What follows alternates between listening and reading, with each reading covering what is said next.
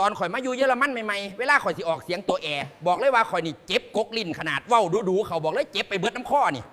ข่อยก็อ่านในเพจอีสานเยอรมันนี่แหละเขาบอกให้ลองฝึกเฮ็ดเสียงฮึในลำคอคือเวลาเฮาสิไอแบบเบาๆหลังคำนั้นๆข่อยก็ค่อยๆฝึกมาเรื่อยๆฟังเขาเว้ามาเรื่อยๆจนมันติดหูติดปากไปเรื่อยๆจนมือนึงมันก็ได้เอง